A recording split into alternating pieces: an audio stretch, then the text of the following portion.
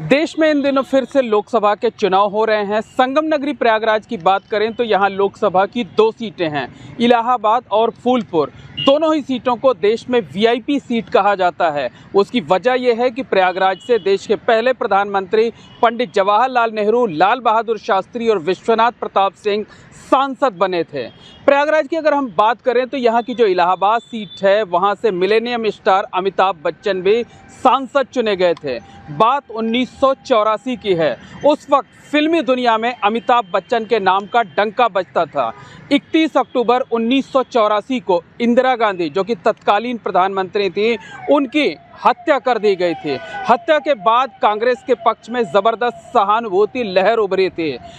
इंदिरा गांधी के बेटे राजीव गांधी को प्रधानमंत्री बना दिया गया था। राजीव गांधी और अमिताभ बच्चन दोनों बेहद गहरे दोस्त थे।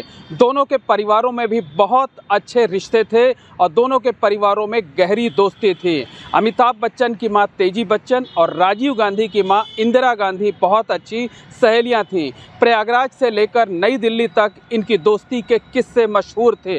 इंदिरा गांधी की हत्या के बाद जब देश में आम चुनाव होने लगे तो राजीव गांधी प्रधानमंत्री थे।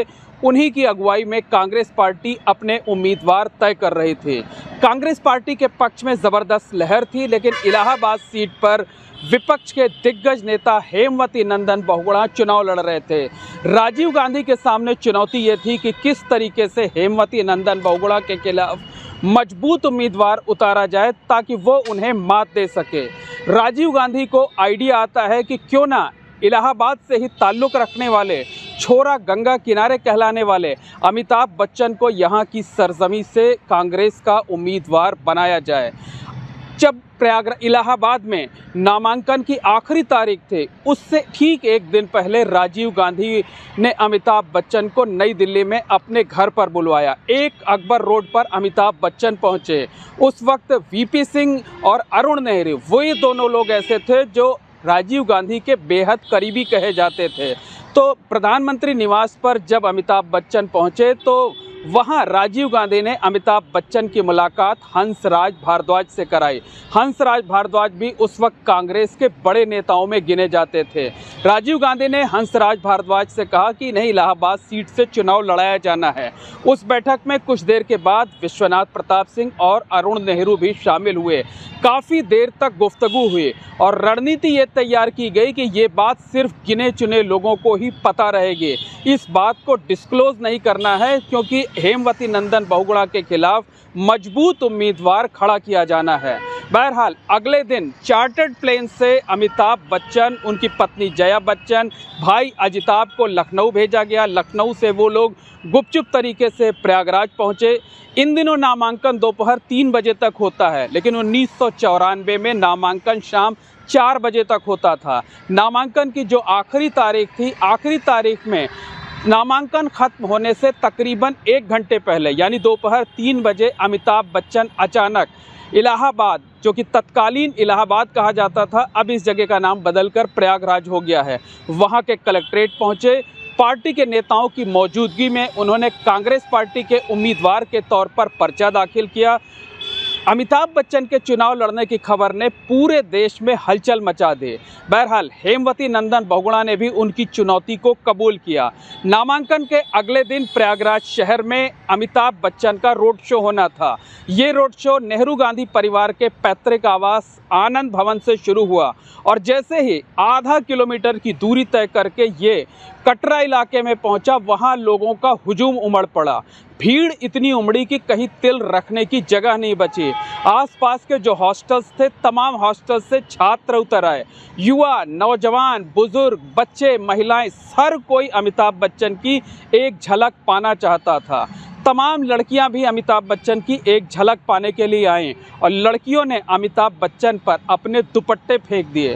हालांकि दुपट्टे तो बहुत फेंके गए, लेकिन कांग्रेस के नेताओं ने कुछ दुपट्टे इकट्ठा कर लिए थे और बाद में जब उन दुपट्टों की गिनती की गई तो 1785 दुपट्टे अकेले एक दिन के रोड शो में इकट्ठे हुए थे। उस वक्त जब अमिताभ बच्चन यहाँ प्रचार कर रहे थे तब तो ये चलन सा बन गया था। वो जहाँ भी, जिस भी इलाके में, जिस भी गांव में, जिस भी गली में, जिस भी मोहल्ले में जाते थे वहाँ लड़कियां अपना दुपट्टा उन पर फेंक देती थीं, कोई फ्लाइंग किस देता था, कोई साथ फ़ोटो खिंचाता था। इतना ज़बरदस्त क्रेज़ अमिताभ बच्चन का था। अमिताभ बच्चन सादगी के साथ प्रचार करते थे। एक जीप थी, जीप पर चढ़ करके वो शहर से लेकर गांव तक जाते थे और जहां भी जाते थे उनको देखने के लिए, उनको छूने के लिए, उनके साथ तस्वीर खिंचाने के लिए हज़ारों की भीड़ इकट्ठा हो जाती थी। इसी तरीके का एक किस्सा है कि चुनाव प्रचार के दौरान परेड ग्राउंड के पास हेमवती नंदन बहुगुणा की सभा चल रही थी। सामने से अमिताभ बच्चन जीप पर सवार होकर जा रहे थे, उनका काफिला जा रहा था। अचानक जो भीड़ अमिताभ बच्चन को देखने लगी, हेमवती नंदन बहुगुणा की सभा में आई थी, वो भीड़ अमिताभ अमिताभ के नारे लगाने लगे। अमिताभ बच्चन ने बड़प्पन दिखाते हुए वो अपनी जीप से उतरे, विपक्ष के यानी हेमवती नंदन बहुगुणा के मंच पर चढ़े। मंच पर चढ़कर उन्होंने बहुगुणा जी के पैर छुए और उनसे आशीर्वाद लिया। बहुगुणा जी भी इस पूरे नज़ारे को देखकर हैरान थे। उसके बाद हेमवती नंदन बहुगुणा ने अमिताभ बच्चन को माइक दे दिया और कहा कि आप इस भीड़ को संबोधित करिए और कुछ बोलिए। अमिताभ बच्चन थोड़ी देर तक खामोश रहे। उसके बाद उन्होंने माइक से सिर्फ इतना ही कहा कि आप सब मुझे वोट दीजिएगा, मुझे जिताइएगा। यानी विपक्ष के मंच पर अमिताभ बच्चन ने बहुत प्रेम के साथ कब्जा किया और विपक्ष के मंच का इस्तेमाल करके अपने लिए वोट देने की अपील कर ले।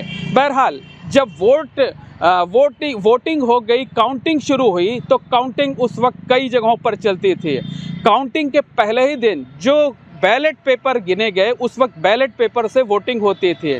तो जो नतीजे जारी किए गए, जो नतीजे घोषित हुए, जिन बैलेट पेपर की काउंटिंग की गई, बाद में ये जानकारी आई कि तकरीबन 4000 बैलेट पेपर ऐसे थे जहां पर अमिताभ बच्चन के नाम के आगे मुहर नहीं लगाई गई थी, बल्कि लड़कियों ने, युवतियों ने, महिलाओं ने अपने होठों पे जो लिपस्टिक लगी होती है उसको लगा दिया था।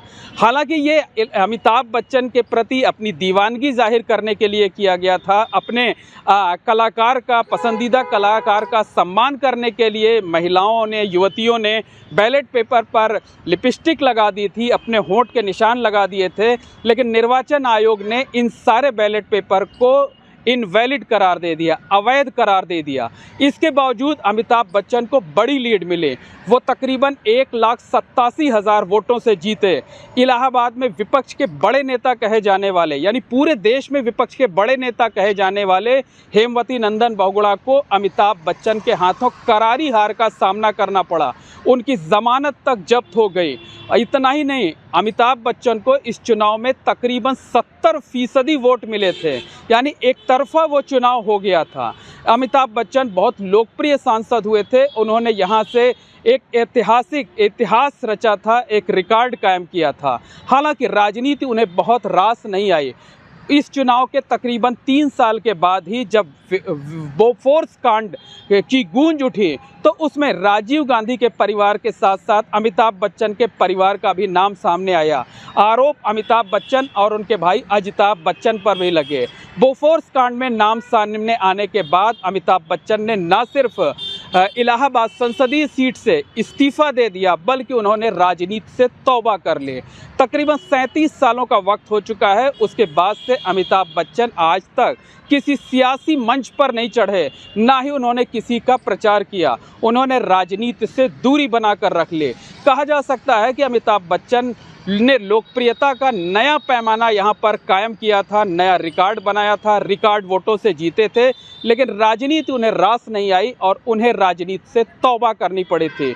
37 सालों का वक्त हो चुका है, यानी 1987 में उन्होंने लोकसभा की सदस्यता से इस्तीफा दिया, लेकिन आज तक दोबारा फिर वो किसी राजनीतिक मंच पर नहीं देखे गए।